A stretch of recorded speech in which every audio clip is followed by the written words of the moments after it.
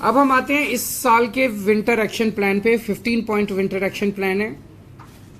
पहला पॉइंट है कि हमने 13 हॉटस्पॉट्स आइडेंटिफाई किए हैं जहां पोल्यूशन ज़्यादा होता है। हर हॉटस्पॉट के लिए एक स्पेशल एक्शन प्लान बनाया गया है और उसके लिए एक वॉर रूम बनाया गया है। 13 स्पेशल टीम्स बनाई गई हैं और वहाँ पे पोल्यूशन को डाउन रखने के लिए स्पेशल फोकस किया जाएगा। दिल्ली में पराली जलाने को कम करने के लिए पूसा द्वारा बनाया गया बायोडिकम्पोजर पिछले 3 सालों से हम इस्तेमाल कर रहे हैं। उसके नतीजे काफ़ी अच्छे आए हैं। पिछले साल हमने 4400 एकड़ में बायोडिकम्पोजर का इस्तेमाल किया था। इस साल 5000 एकड़ में बायोडिकम्पोजर का इस्तेमाल किया जाएगा।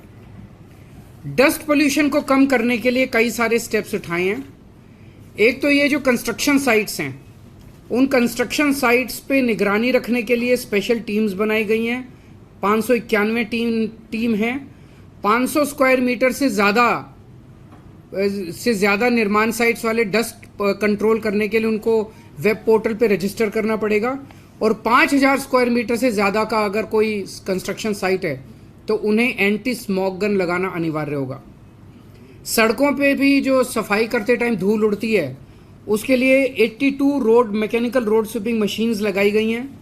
530 वाटर स्प्रिंकलिंग मशीन लगाई गई हैं और 258 एंटी स्मोक गन सड़कों के ऊपर चलेंगी विंटर के दौरान।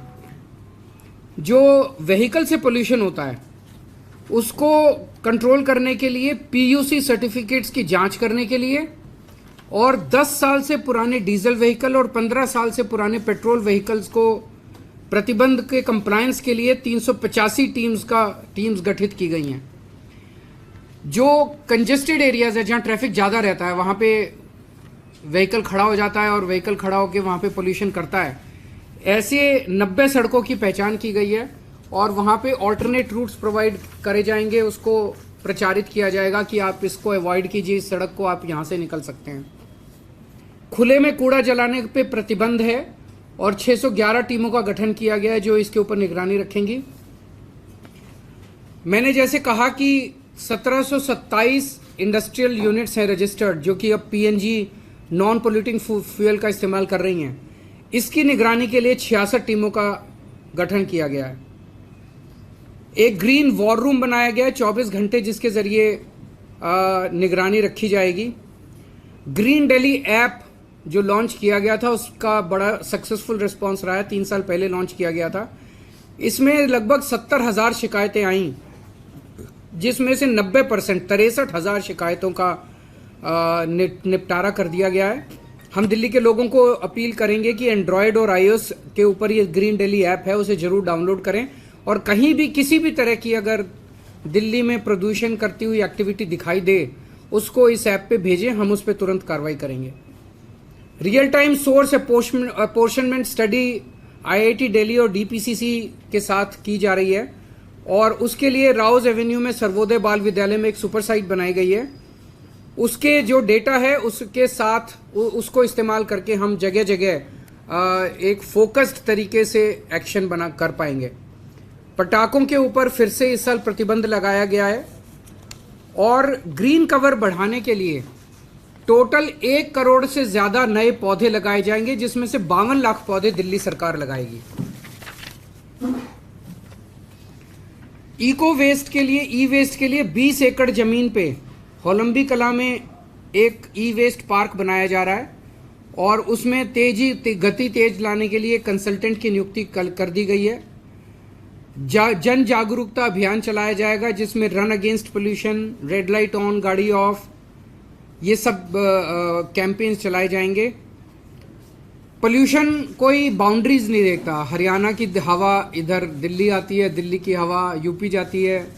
तो आसपास के सभी स्टेट्स के साथ मिलके हमारी कोशिश है कि हम पोल्यूशन की पोल्यूशन को कम करें।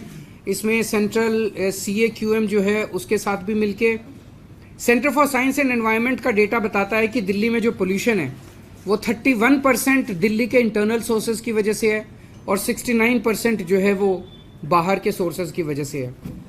तो बाहर के आसपास के स्टेट्स से हमारी अपील है कि जितने दिल्ली में व्हीकल्स आते हैं वो CNG के ऊपर करें। दिल्ली में आसपास के जो एरियाज़ हैं, दिल्ली के एनसीआर के एरियाज़ हैं, वहाँ पे पोल्यूटिंग फ्यूल वाली इंडस्ट्रीज़ को पीएनजी में शिफ्ट किया जाए।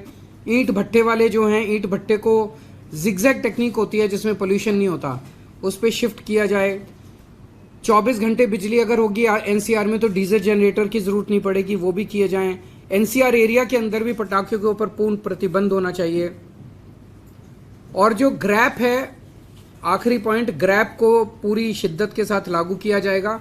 अब ग्रैप में CAQM के ज़रिए और सेंट्रल गवर्नमेंट के अन्य एजेंसीज के ज़रिए 3 दिन बाद का वो पता चल जाता है, ये पूर्वानुमान फोरकास्ट होता है, तो उसके बेसिस पे ग्रैप को लागू किया जाता है जिससे कि पोल्यूशन को पहले से कंट्रोल किया जा सके।